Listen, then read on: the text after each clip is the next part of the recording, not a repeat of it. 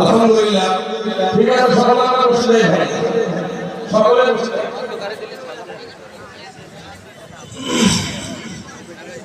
আলহামদুলিল্লাহ,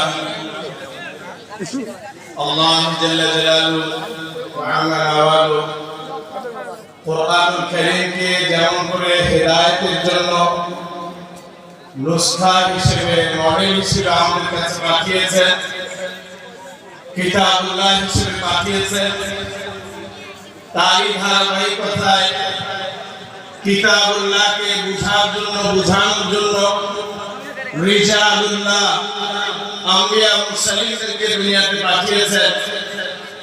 আম্বিয়া মুরসালিনরা আল্লাহ পাকের পেয়ারা হয়ে দুনিয়া থেকে পর্দা করেছেন।